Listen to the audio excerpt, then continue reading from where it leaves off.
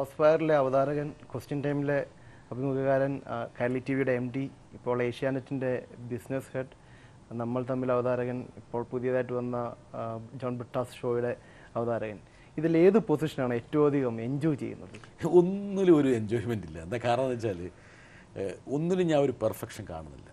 എന്താ കാരണം എന്ന് വെച്ചാൽ പെർഫെക്ഷൻ വന്നാൽ നമ്മുടെ എന്നുള്ള മീഡിയ പേഴ്സണൽ അവിടെ തീർന്നു. ഞാൻ കാണുന്ന എപ്പോഴെങ്ങനെയാണ്, ഇപ്പം കൈരളി ഒരു ഷോ ചെയ്യുന്നു, ഏഷ്യാനെറ്റിലൊരു ഷോ ചെയ്യുന്നു, അല്ലെങ്കിൽ വേറൊരു ചാനലൊരു ഷോ ചെയ്യുന്നു.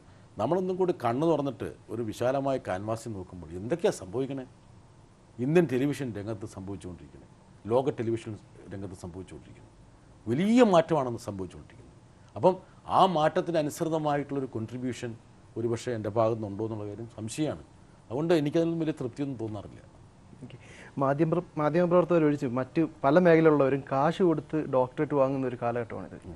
PhD ഉള്ള ഒരാളായിട്ട് കൂടി എന്തുകൊണ്ടാണ് PhD എന്നുള്ള, സത്യം പറയാല്ലേ, എന്നെ അന്ന് ഞാൻ തുറന്നു പറയാം, കേട്ടിട്ടില്ല. ഞാൻ 6 വർഷം ഗവേഷണം നടത്തി ഡ്രാഫ്റ്റ് തീസിസ് സമർപ്പിച്ചു. പക്ഷെ അവസാനത്തെ കടമ്പ ഞാൻ കടന്നില്ല. കൃത്യാന്തര ബാഹുല്യം കാരണം ഞാൻ എൻ്റെ തീസിസിൻ്റെ ലാസ്റ്റ് പതിപ്പ് സമർപ്പിക്കാതെ, അതിന് ഡേറ്റ് കിട്ടി, സമർപ്പിക്കേണ്ട ദിവസം എന്തോ ഒരു അസൈൻമെൻറ്റ്, എനിക്കൊന്ന് എവിടെയാണ് പോകണ്ടേ, ഇത് പാകിസ്ഥാനിലോ എവിടേക്കുള്ള ഒരു അസൈൻമെൻറ്റിൽ ഞാൻ ആ ഡ്രാഫ്റ്റ് അവസാന തീസിസ് സമർപ്പിച്ചില്ല. അപ്പോൾ അത് പിന്നെ അത് എപ്പോഴെങ്കിലും സമർപ്പിക്കാമെന്ന് വിചാരിച്ചു. അന്നത്തെ ആ ഇൻ്റർവ്യൂ ബോർഡ് ഡിസ്ബാൻഡ് ചെയ്യപ്പെട്ടു. ഇനിയിപ്പോൾ ഞാൻ വീണ്ടും ചെയ്യണം ആ പ്രോസസ്സ്. അപ്പം ആ ടൈറ്റിലിന് കിട്ടിയാലും ഞാൻ വെക്കില്ല. എന്താ കാരണം വെച്ചാൽ സ്വാഭാവിക, എന്നാൽ ഇങ്ങനെയുള്ള സംജകൾക്കൊന്നും വലിയ പ്രസക്തി ഇന്നത്തെ കാലത്തില്ലെന്നുള്ള അഭിപ്രായക്കാരനാണ് ഞാൻ. ഇന്ത്യയിലെ ഒട്ടുമിക്ക പ്രമുഖരെയും ഇൻ്റർവ്യൂ ചെയ്തിട്ടുണ്ട് താങ്കൾ. ഇതിൽ ഏറ്റവും അധികം നന്നായിട്ട് തോന്നുന്നത്, അതായത് ഏറ്റവും ശ്രദ്ധേയമായ ഇൻ്റർവ്യൂ എന്ന് താങ്കൾ വിലയിരുത്തുന്നത് ഇതിനെയാണ്? എനിക്ക് 2-3 ഇൻ്റർവ്യൂകൾ വളരെ ശ്രദ്ധേയമാണെന്ന് എനിക്ക് തോന്നിയിട്ടുണ്ട്. ഒന്ന് മാതാ അമൃതാനന്ദമയി എന്നുള്ള വ്യക്തിയെ ഇൻ്റർവ്യൂ ചെയ്തപ്പോഴാണ്. കാരണം വെച്ചാൽ അത് സമയക്കുറവുണ്ടെന്നാലും പറയാം, വളരെ ആശങ്കയോടെയാണ് ചെയ്തത്. ഏതെങ്കിലും തരത്തിൽ ആ ഇൻ്റർവ്യൂ ഒന്ന് ഇങ്ങോട്ട് പാളിയാൽ അമ്മയുടെ ഭക്തന്മാരെല്ലാം കൂടി എന്നെ ആക്രമിക്കും. ഒന്ന് ഇങ്ങോട്ട് ചാടിയാൽ കൈരളി ടി വിയുടെ സാധാരണ രീതിയിലുള്ള ഒരു വൃഷ്ടിപ്രദേശത്തുള്ള പ്രേക്ഷകർ എന്നെ ചാടിക്കും. ഞാൻ ഇൻ്റർവ്യൂ കഴിഞ്ഞ് ഇറങ്ങിക്കഴിഞ്ഞപ്പോൾ ഞാൻ ആ ആശങ്കയിലായിരുന്നു. പക്ഷേ സംപ്രേഷണം കഴിഞ്ഞപ്പോൾ അമ്മയുടെ ഭക്തന്മാരും തൃപ്തർ, അമ്മയുടെ നിലപാടുകൾ എതിർക്കുന്ന കൈരളിയുടെ തനതായിട്ടുള്ള പ്രേക്ഷക വിഭാഗത്തിനും വലിയ സംതൃപ്തി. ഞാനതിൽ വലിയ സന്തോഷമുള്ളൂ. എന്നാ കാരണം വെച്ചാൽ അത്ര സമർത്ഥമായിട്ട് ആ ഇൻ്റർവ്യൂ ഫലപ്രദമായി ചെയ്യാൻ കഴിഞ്ഞതിലുള്ളൊരു ചാരിതാർത്ഥ്യം. അങ്ങനെ ഒരുപാട് ഇൻ്റർവ്യൂ ഞാൻ ചെയ്തിട്ടുണ്ട്. പിന്നെ ശ്രീ രവിശങ്കർ എന്നൊരു ഇൻ്റർവ്യൂ എനിക്ക് വളരെ സാറ്റിസ്ഫാക്ഷൻ എന്ന ഇൻ്റർവ്യൂ ആണ്. അപ്പോൾ ഇങ്ങനെ ഒരുപാട് ഇൻ്റർവ്യൂ ചെയ്തിട്ടുണ്ട്. പക്ഷേ എങ്കിൽ പോലും ഒരു ഇൻ്റർവ്യൂവും പൂർണ്ണമാകുന്നില്ല. എല്ലാ ഇൻ്റർവ്യൂ കഴിഞ്ഞ ശേഷം നമ്മുടെ മനസ്സിൽ ചോദ്യം വെച്ചു, അത് ചോദിക്കായിരുന്നു, ഒന്നും കൂടി ചോദിക്കായിരുന്നു, അല്ല വേറൊരു ചോദ്യം. എന്താ കാരണം എന്ന് വെച്ചാൽ ഒരു സിനിമ അല്ലെങ്കിൽ ഒരു നാടകം അല്ലെങ്കിൽ ഏതെങ്കിലും തരത്തിലുള്ള മറ്റ് പ്രൊഡക്ഷൻ, സീരിയൽ, ഇതൊക്കെ വീണ്ടും ടേക്കും റീടേക്കും ഉണ്ട്. ഇൻ്റർവ്യൂവിന് റീടേക്ക് ഇല്ല. നമ്മൾ പ്രിപ്പയർ ചെയ്ത് അവിടെ നിന്ന് ആ വ്യക്തിയുമായിട്ട് സംസാരിച്ച് കഴിഞ്ഞാൽ പിന്നെ അയ്യോ ഒരു ചോദ്യം കൂടി ചോദിക്കാനുണ്ട് എന്ന് പറഞ്ഞ് അങ്ങനെ ചോദിക്കാൻ പറ്റില്ല. അപ്പം ഏറ്റവും ബുദ്ധിമുട്ടുള്ള ഒരു പരിപാടിയാണ് ഈ അഭിമുഖം പരിപാടി എന്ന് പറയുന്നത്. No take no retake. അപ്പോൾ എപ്പോഴും ഇറങ്ങിക്കഴിയുമ്പോൾ എൻ്റെ മനസ്സിൽ അപ്പോഴൊരു ചോദ്യം വരും, ചില ചോദ്യങ്ങൾ ചോദിക്കാതെ വിട്ടുപോയി എന്നുള്ളത്. ഒരുപാട് പെൺകുട്ടികളെ കരയിച്ച ശാപവും ഉണ്ടല്ലേ ഇന്റർവ്യൂവിലൂടെ? ആരെയൊക്കെയോ കരയിച്ചിട്ടുണ്ട്. അതിപ്പം പെൺകുട്ടികൾക്ക് ആരെ പറഞ്ഞ പോലെ, കാളിദാസൻ പറഞ്ഞ പോലെ കരച്ചിലൊക്കെ അവരുടെ ഒരു വജ്രായുധമല്ലേ. അപ്പോൾ അതുകൊണ്ട് ചില നടിമാരൊക്കെ കരച്ചിട്ടുണ്ടാവും. പക്ഷെ അതൊന്നും ആത്യന്തികമായിട്ട് അവരുടെ മനസ്സിലൊന്നും ഞാൻ ഒരു പോറലേൽപ്പിച്ചിട്ടില്ല. രാഷ്ട്രീയമായിട്ടാണെങ്കിലും ബിസിനസ് പരമായിട്ടാണെങ്കിലും ഒരുപാട് വ്യക്തിത്വങ്ങളായിട്ട് താങ്കൾ സഹകരിച്ച് പ്രവർത്തിച്ചിട്ടുണ്ട്, എസ്പെഷ്യലി കൈരളി ടി വി ഉണ്ടായിരുന്നപ്പോൾ. പിണറായി വിജയൻ എന്ന നേതാവിനെ എങ്ങനെ വിലയിരുത്തുന്നു? ഞാൻ പല സ്ഥലത്തും പറഞ്ഞിട്ടുണ്ട്, എന്നെ വളരെയധികം സഹായിച്ചൊരു രാഷ്ട്രീയ നേതാവാണ്. എനിക്കൊന്ന് കേരളത്തിൻ്റെ രാഷ്ട്രീയ ഭൂമികയിൽ വളരെയധികം നിശ്ചയദാർഢ്യമുള്ള ഒരു രാഷ്ട്രീയ വ്യക്തിത്വമാണ്. അദ്ദേഹത്തിൻ്റെ സേവനം കേരളത്തിന് ഇനിയും കൂടുതൽ ലഭിക്കണമെന്നുള്ള അഭിപ്രായക്കാരനാണ് ഞാൻ. അതിനപ്പുറത്ത് ഞാൻ പറയുന്നത് ശരിയല്ല. പിണറായി വിജയനാണ് CPM-ന് ഒരു കോർപ്പറേറ്റ് ഇമേജ് കൊടുത്തത്, അഥവാ അദ്ദേഹം ഒരു നല്ല ബിസിനസ്സുകാരനാണെന്ന് കൈരളിയുടെ ഇപ്പോഴത്തെ അവസ്ഥയും തെളിയിക്കുന്നു ഒരു പരിധിവരെ. എനിക്ക് അതിനോട് യോജിപ്പില്ല. എന്താ കാരണം വെച്ചാൽ ഇപ്പം CPM ഇടതുപക്ഷവുമായി ബന്ധപ്പെട്ടൊരു ചാനലാണ് എന്ന് വിചാരിക്കുക. ഈ പത്രമാധ്യമങ്ങൾ ശക്തമാകാതിരുന്ന കാലഘട്ടത്തിൽ അന്നുള്ള പ്രധാനപ്പെട്ട പത്രങ്ങളോട് കിടപിടിക്കാവുന്നൊരു പത്രം അന്നത്തെ CPM ലീഡർഷിപ്പ് തുടങ്ങി, ദേശാഭിമാനി. അപ്പോൾ അത് വെച്ച് നോക്കുമ്പോൾ അത് വളരെ ഉദാത്തമായ ഒരു കമ്മ്യൂണിസ്റ്റ് പ്രവർത്തനമാണെങ്കിൽ സ്വാഭാവികമായിട്ട് ഇതും ആ പട്ടികപ്പെടണം. അല്ലേ? അങ്ങനെയല്ലേ കാണുന്നത്. അപ്പം ഇന്നത്തെ കാലഘട്ടം എന്താണ്? ഇൻ്റർനെറ്റിൻ്റെയും ടെലിവിഷൻ്റെയും വലിയൊരു കാലഘട്ടമാണ്. ഇൻഫർമേഷൻ രംഗത്ത് ഒരുപാട് വിസ്ഫോടനം നടക്കുന്ന കാലഘട്ടമാണ്.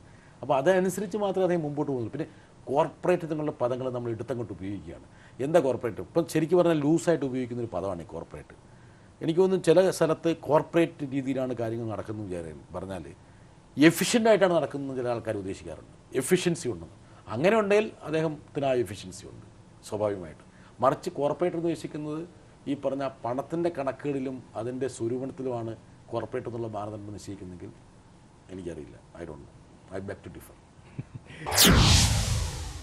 VS അച്യുതാനന്ദനെ എങ്ങനെ വിലയിരുത്തുന്നു? നല്ല കേരളത്തിലെ വളരെ പ്രധാനപ്പെട്ട രാഷ്ട്രീയ നേതാക്കളുടെ ആൾ, കേരളത്തിലെ ജനങ്ങൾ ഏറ്റവും അധികം ആരാധിക്കുന്ന, നെഞ്ചിലേറ്റുന്ന, വളരെ റെസ്പെക്റ്റബിൾ ആയിട്ടുള്ള ഒരു രാഷ്ട്രീയ നേതാവ്.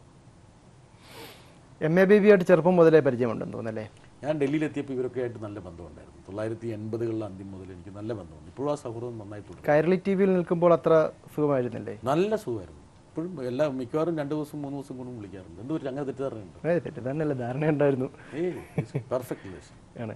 മമ്മൂട്ടിയായിട്ടുള്ള റിലേഷൻ എന്താണ്? നല്ല ബന്ധം. ഇപ്പോൾ കഴിഞ്ഞ ദിവസം കൂടെ വിളിച്ച് വെച്ചുള്ളൂ. നല്ല ബേസിക്കലി എന്താണ് നമ്മുടെ നാട്ടിലൊരു ഒരു ചില്ലറയില്ലാത്തൊരു പ്രശ്നമുണ്ട്. അതായത് ഈ തൊഴിൽ, നമ്മുടെ പ്രൊഫഷൻ, കരിയർ, ഇതുമായി ബന്ധപ്പെട്ടാണ് സൗഹൃദങ്ങൾ നിൽക്കേണ്ടത്. ഞാൻ അതിൻ്റെ അഭിപ്രായക്കാരനല്ല.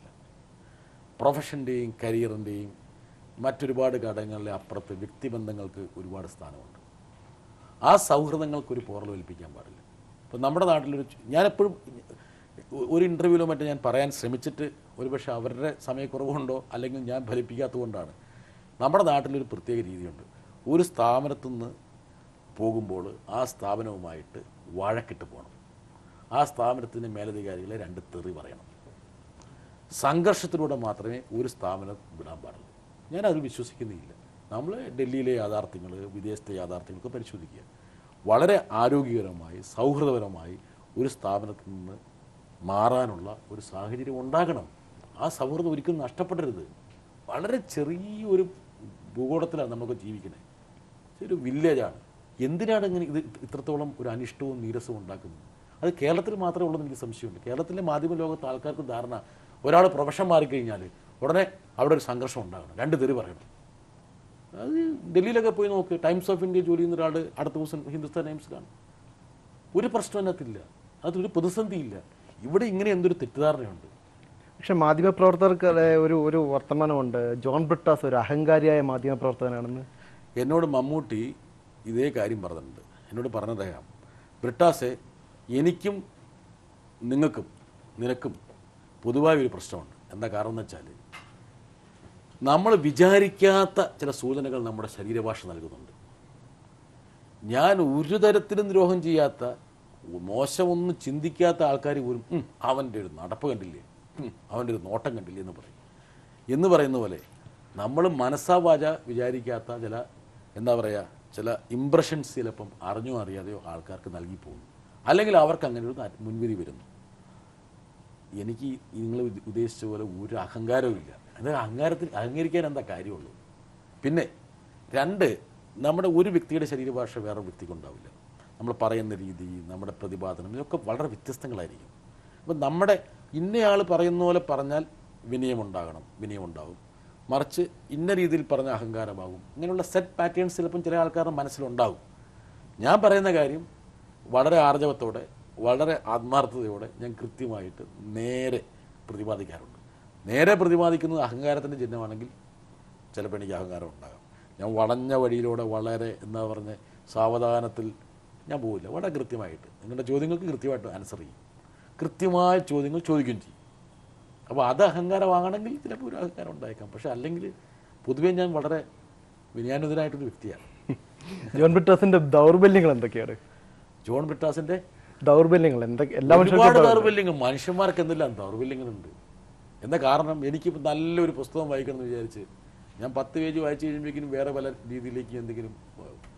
പലപ്പോഴും നമ്മൾ എന്നെ അല്ലെങ്കിൽ എൻ്റെ തലമുറയിലുള്ള ആൾക്കാരെ ബാധിച്ചിരിക്കുന്ന ഏറ്റവും പ്രധാനപ്പെട്ട ദൗർബല്യം എന്ന് പറയുന്നത്, ഒരു ജോലി ഏകാഗ്രതയോടെ പൂർത്തിയാക്കാനുള്ള ചില വിമിഷ്ടം ഉണ്ടാവും ചിലപ്പോൾ. അത് ഒരു പക്ഷേ കുറച്ചും കൂടി ഡെഡിക്കേഷനോടുകൂടിയിട്ട് ഒരു ജോലി വേണം ചെയ്യാമായിരുന്നു. പക്ഷേ നമ്മൾ ചിലപ്പോൾ ഡിസ്റ്റർബായി. അതാണ് ഏറ്റവും വലിയ ദൗർബല്യം. എൻ്റെ ഒരു പരിപൂർണമായ ഒരു ഏകാഗ്രത ചിലപ്പോൾ എനിക്ക് കിട്ടണമെന്നില്ല. ഒരുപാട് കാര്യങ്ങൾ ഒരു സമയം ചെയ്യണമെന്നൊരു ആഗ്രഹം എനിക്ക് വരും. ഒരുപാട് കാര്യത്തിൽ പോയിട്ട് കൈയിടും. അപ്പം ഒരു കാര്യത്തിൽ ഒരു പെർഫെക്ഷൻ വരാതെ പോവുക, അല്ലെങ്കിൽ ഒരു സാറ്റിസ്ഫാക്ഷൻ വരാതെ പോവുക. മദ്യപിക്കാറുണ്ടോ? മദ്യപാനത്തോട് എനിക്ക് പൊതുവേ വിയോജിപ്പാണുള്ളത്.